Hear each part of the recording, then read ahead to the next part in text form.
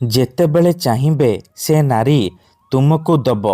ମିଳନ ପାଇଁ ରାତି ଦିନ ଘରକୁ ଡାକିବ। କେବଳ ଲୁଣ ପାଣି ଏହି ଜାଗାରେ ପକେଇ ଦିଅନ୍ତୁ। ହଁ ଫ୍ରେଣ୍ଡସ୍, ଆଜିର ଏହି ଭିଡ଼ିଓଟିରେ ମୁଁ ଆପଣଙ୍କୁ ଶିଖେଇବି ଆପଣ କିପରି ଲୁଣ ପାଣି ସାହାଯ୍ୟରେ ଝିଅ ପଟେଇ ପାରିବେ। ସୁନ୍ଦରୀ ପଡ଼ିଶା ଘର ଭାଉଜକୁ ପଟେଇ ପାରିବେ। ତାଠାରୁ ନିଜର ମନ ମୁତାବକ କାମ ହାସଲ କରିପାରିବେ। ଏହି ବଶୀକରଣ କରିବା ପାଇଁ ଆପଣଙ୍କୁ କୌଣସି ପ୍ରକାର କଷ୍ଟ କାମ କରିବାକୁ ପଡ଼ିବନି କିମ୍ବା କିଛି ବି ପଇସା ଖର୍ଚ୍ଚ କରିବାକୁ ପଡ଼ିବନି। ଆପଣ ଘରେ ବସି ବସି ସୁନ୍ଦରୀ ଝିଅକୁ ପଟେଇ ପାରିବେ। ସୁନ୍ଦରୀ ଭାଉଜକୁ ପଟେଇ ପାରିବେ। ସିଏ ଆପଣଙ୍କର ସବୁ କଥା ମାନିବ। ଯାହା ଚାହିଁବେ ତାହା କରିବ। କେବଳ ଲୁଣ ପାଣି ଏହି ଜାଗାରେ ଢାଳିବାର ଅଛି। ତାପରେ ଦେଖିବେ ଚମତ୍କାର। ଯେଉଁ ଝିଅ ଆପଣଙ୍କୁ ଭାव ଦେଉନଥିଲା ସେ ଝିଅ ନିଜେ ଆସି ଆପଣଙ୍କ ସହିତ କଥା ହେବ, ଆପଣଙ୍କୁ ଭଲ ପାଉଛି ବୋଲି କହିବ। ଯେଉଁ ବିବାହିତା ନାରୀ ବା ପଡ଼ିଶା ଘର ଭାଉଜକୁ ଆପଣ ଦିନରାତି ଭାବୁଛନ୍ତି, ତା ଆଡ଼କୁ ଆକର୍ଷିତ ହେଉଛନ୍ତି, ସେ ନାରୀ ନିଜେ ଫୋନ୍ କରିବ, ହାତ ଧରିକି ରୁମ୍କୁ ଡାକିବ, ଯାହା ଚାହିଁବେ ତାହା କରିବ। ନମସ୍କାର ଫ୍ରେଣ୍ଡସ୍, ଓଡ଼ିଆ ଫଣ୍ଡା ଚ୍ୟାନେଲକୁ ଆପଣମାନଙ୍କୁ ସ୍ୱାଗତ। ଯଦି ଆପଣ ଝିଅ ପଟେଇବାକୁ ଚାହୁଁଛନ୍ତି, ବିବାହିତା ନାରୀକୁ ପଟେଇବାକୁ ଚାହୁଁଛନ୍ତି, ତେବେ ଆଜିର ଏହି ଭିଡ଼ିଓଟିକୁ ଶେଷ ପର୍ଯ୍ୟନ୍ତ ଦେଖନ୍ତୁ। କାରଣ ଆଜିର ଏହି ଭିଡ଼ିଓଟିରେ ମୁଁ ଆପଣଙ୍କୁ ଶିଖେଇବି ସବୁଠାରୁ ମହାଶକ୍ତିଶାଳୀ ନାରୀ ମୋହିନୀ ବଶୀକରଣ ବିଦ୍ୟା। ଏହି ବଶୀକରଣ କେବେ ବି ଖାଲି ଯାଏନି। ଯିଏ ବି ଏହାକୁ କରିଛି 100ରୁ 100% ସଫଳ ହେଇଛି। ତେଣୁ ଏହି ବଶୀକରଣ ଆପଣ ଭାବିଚିନ୍ତିକି କରିବେ। ଯଦି ଆପଣ ସତରେ ସେ ଝିଅକୁ ଭଲ ପାଉଛନ୍ତି, ତେବେ ହିଁ ଆପଣ ଏହି ବଶୀକରଣ କରିବେ।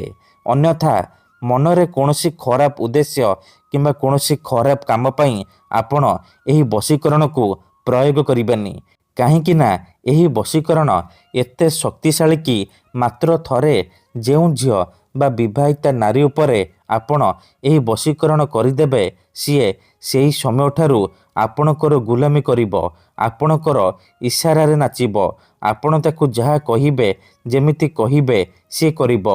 କୌଣସି ପ୍ରକାର ବାଧା ଦେବ ନାହିଁ। ଏହି ବଶୀକରଣ ସାହାଯ୍ୟରେ ଆପଣ ଶାଶୁ, ନଣନ୍ଦ, ଦିଅର, ଭାଉଜ କାହାକୁ ବି ନିଜ ବଶରେ କରିପାରିବେ। ତାକୁ ପଟେଇ ପାରିବେ। ତାଠାରୁ ନିଜର ମନ ମୁତାବକ କାମ ହାସଲ କରିପାରିବେ। ସୁନ୍ଦରୀ ପଡ଼ିଶା ଘର ଭାଉଜକୁ ମଧ୍ୟ ପଟେଇ ପାରିବେ। କେବଳ ଆପଣଙ୍କୁ ଗୋଟିଏ ଗ୍ଲାସ୍ ଲୁଣ ପାଣି ଏହି ଜାଗାରେ ପକେଇବାର ଅଛି। ତାପରେ ଦେଖିବେ ଚମତ୍କାର।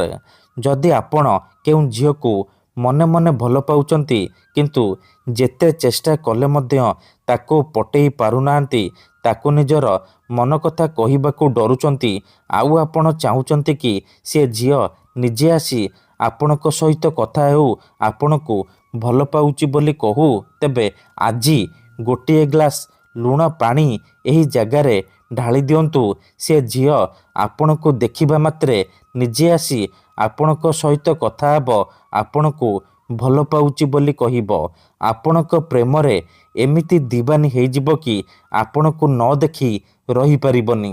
ତେବେ ଏହି ବଶୀକରଣ କରିବା ସବୁଠାରୁ ସହଜ। ଏହି ବଶୀକରଣ ଆପଣ କେମିତି କରିବେ, ଏହାର ପ୍ରୟୋଗ ବିଧି କ'ଣ, ମୁଁ ଆପଣଙ୍କୁ ଶିଖେଇବି। ସମ୍ପୂର୍ଣ୍ଣ ପ୍ରୟୋଗ ବିଧି ମୁଁ ଆପଣଙ୍କୁ ଠିକ୍ ଭାବରେ ଶିଖେଇବି। ଜାଣିବା ପାଇଁ ଭିଡ଼ିଓଟିକୁ ମୂଳରୁ ଶେଷ ପର୍ଯ୍ୟନ୍ତ ଧ୍ୟାନ ସହିତ ଦେଖନ୍ତୁ। ବିଧିଟି ଜାଣିବା ପୂର୍ବରୁ ଯଦି ଆପଣ ଆମ ଚ୍ୟାନେଲକୁ ପ୍ରଥମ ଥର ଆସିଛନ୍ତି, ତେବେ ଦୟାକରି ଚ୍ୟାନେଲକୁ ସବସ୍କ୍ରାଇବ୍ କରି ପାଖରେ ଥିବା ବେଲ୍ ଆଇକନ୍କୁ ମଧ୍ୟ ଦବାଇ ଦିଅନ୍ତୁ। ଯାହାଦ୍ୱାରା ଆମେ ଯେଉଁ ବି ଭିଡ଼ିଓ ଅପଲୋଡ଼ କରିବୁ, ସର୍ବପ୍ରଥମେ ଆପଣ ଦେଖିପାରିବେ ଆଉ ତା'ର ଲାଭ ପାଇପାରିବେ। ମନେ ରଖନ୍ତୁ, ଏହି ବଶୀକରଣ ବିଧିକୁ ଆପଣ କେବଳ ଶୁକ୍ରବାର ଦିନ କରିବେ। ରାତିରେ ଶୋଇବା ପୂର୍ବରୁ କରିବେ। ବିଧିଟି କରିବା ପୂର୍ବରୁ ଭଲ ଭାବରେ ହାତ ଗୋଡ଼ ଧୋଇକି ସଫା ବସ୍ତ୍ର ପିନ୍ଧିକି ଏହି ବଶୀକରଣ ଆରମ୍ଭ କରିବେ। ପ୍ରଥମେ ଆପଣ କ'ଣ କରିବେ, ଗୋଟିଏ ଗ୍ଲାସ୍ ପାଣି ଆଣିବେ ଆଉ ଅଳ୍ପ ଟିକେ ଲୁଣ ଆଣିବେ। ତାପରେ କୌଣସି ଏକ ଜାଗାରେ ନାଲି ରଙ୍ଗର ଆସନ ପକେଇକି ଚୁପଚାପ ବସି ପଡ଼ିବେ। ତାପରେ ପାଣି ଗ୍ଲାସକୁ ନିଜ ସାମ୍ନାରେ ରଖିବେ। ଆଉ ଯେଉଁ ଲୁଣ ଆଣିଛନ୍ତି ସେ ଲୁଣରୁ ଅଳ୍ପ ଟିକେ ଲୁଣ ଡାହାଣ ହାତରେ ଧରିବେ। ତାପରେ ଆଖି ବନ୍ଦ କରିକି ସେଇ ଝିଅ ବା ନାରୀକୁ ମନେ ମନେ ଭାବିବେ। ତାର ମୁହଁକୁ ନିଜ ମନରେ ଭାବିବେ। ତାପରେ ଏହି ମନ୍ତ୍ରକୁ ଗୋଟିଏ ଥର ପଢ଼ିବେ। ଲବଣେ ଶକ୍ତି ଆକର୍ଷଣମ୍ ଆମୁକଂ ତୀବ୍ର ବଶୀଭୂତଂ। ଏହି ମନ୍ତ୍ର ଗୋଟିଏ ଥର ପଢ଼ିବେ। ଆମୁକଂ ଜାଗାରେ ସେ ଝିଅ ବା ସ୍ତ୍ରୀର ନାମ କହିବେ ଯାହାକୁ ଆପଣ ପଟେଇବାକୁ ଚାହୁଁଛନ୍ତି, ବଶରେ କରିବାକୁ ଚାହୁଁଛନ୍ତି।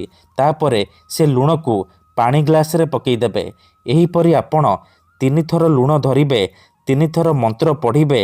ମନ୍ତ୍ର ପଢ଼ି ସାରିବା ପରେ ଲୁଣକୁ ପାଣି ଗ୍ଲାସରେ ପକାଇଦେବେ। ଏତିକି କରିସାରିବା ପରେ ସେ ପାଣି ଗ୍ଲାସରେ 3 ଥର ଫୁଙ୍କିଦେବେ। ତାପରେ ସେ ପାଣି ଗ୍ଲାସକୁ ଖଟ ତଳେ ରଖିକି ଶୋଇପଡ଼ିବେ। ଯଦି ଆପଣ ଖଟରେ ଶୋଉନାହାନ୍ତି, ତଳେ ଶୋଉଛନ୍ତି, ତେବେ ଆପଣ ସେ ପାଣି ଗ୍ଲାସକୁ ମୁଣ୍ଡ ପାଖରେ ରଖିକି ଶୋଇପଡ଼ିବେ। ସକାଳୁ ଉଠିବା ମାତ୍ରେ କ'ଣ କରିବେ, ସେ ଲୁଣ ପାଣିର ଗ୍ଲାସକୁ ନେଇକି ନିଜର ଘର ସାମ୍ନାରେ ଢାଳିଦେବେ। ଗ୍ୟାରେଣ୍ଟି ଦେଉଛି ଏହି ବଶୀକରଣ କରିବା ମାତ୍ରେ ଯେତେ ସୁନ୍ଦରୀ ଝିଅ ହେଇଥାଉ ବା ବିବାହିତା ନାରୀ ଆପଣଙ୍କର ବଶରେ ହେଇଯିବ। ଯାହା ଚାହିଁବେ ତାହା କରିବ। ଧନ୍ୟବାଦ।